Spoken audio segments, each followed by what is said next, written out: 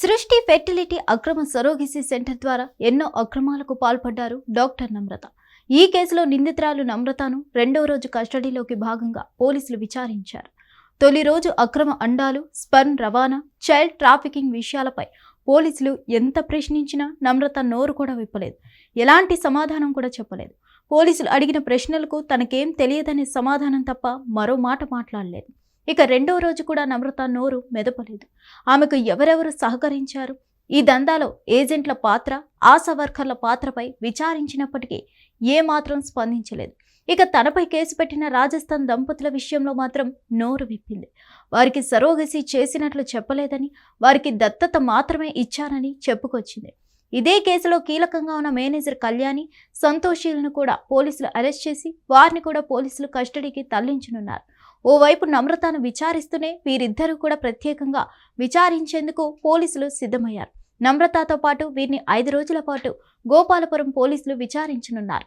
Agent Santoshi, Vizag సృష్టి manager Kalyani ఇప్పటి వరకు ఎంతమంది దంపతులను సృష్టి హాస్పిటల్కు తీసుకొచ్చారు, వైజాగ్ నుంచి ఎంతమంది పిల్లలను నమ్రత వద్దకు తీసుకువచ్చిన వారిలో ఎంతమందిని అమ్మారు, ఎవరెవరికి అమ్మారు, వారిని ఎవరి వద్ద కొన్నారు, ఎన్ని డబ్బులు చేతులు మారాయనే విషయంలో పోలీసులు విచారణ చేస్తున్నారు. మేనేజర్గా ఉన్న కళ్యాణి పేద, గిరిజన ప్రాంతాలకు చెందిన మహిళలకు డబ్బు ఆశ చూపి పిల్లలను తీసుకొని వచ్చి అవసరం ఉన్నవారికి విక్రయించినట్లు పోలీసుల ప్రాథమిక దర్యాప్తులో తేలడంతో ఆ దిశగా ప్రశ్నలు సంధించడానికి పోలీసులు సిద్ధమయ్యారు.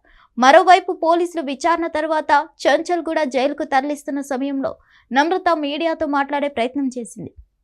మీరు ఇంకా ఎంతమందిని ఇలా మోసం చేశారని మీడియా అడిగిన ప్రశ్నలకు స్పందించింది. నేను ఏం తప్పు చేయలేదు, నేను శిశు విక్రయాలు చేయలేదు.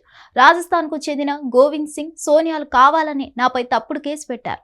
శిశువును దత్తత తీసుకుంటామని భార్యాభర్తలు మాతో చెప్పారని దత్తతకు శిశువును ఏర్పాటు చేశామన్నారు. భార్యాభర్తల మధ్య గొడవలు రావడంతో దత్తత విషయం చెప్పకుండా నాపై తప్పుడు కేసు పెట్టారని ఆరోపించింది.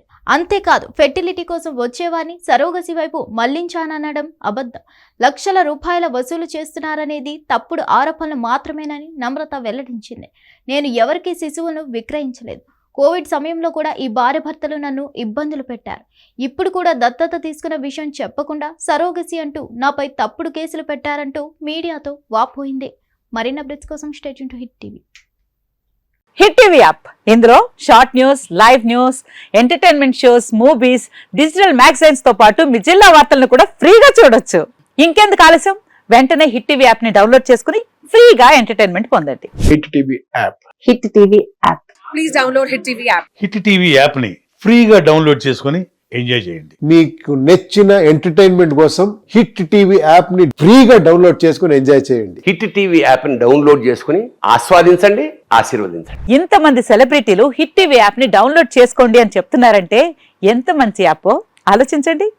అమెరికా అమెరికా అమెరికా అమెరికాలో చదవాలనుకునే వాళ్ళకి విశ్వసనీయమైన పేరు మన శౌర్య కన్సల్టెన్సీ. UK లో 1 year masters, UK లో 1 year masters, 2 years work permit up to 5 years visa. Contact Saurya Consultancy. Contact 89851 89851.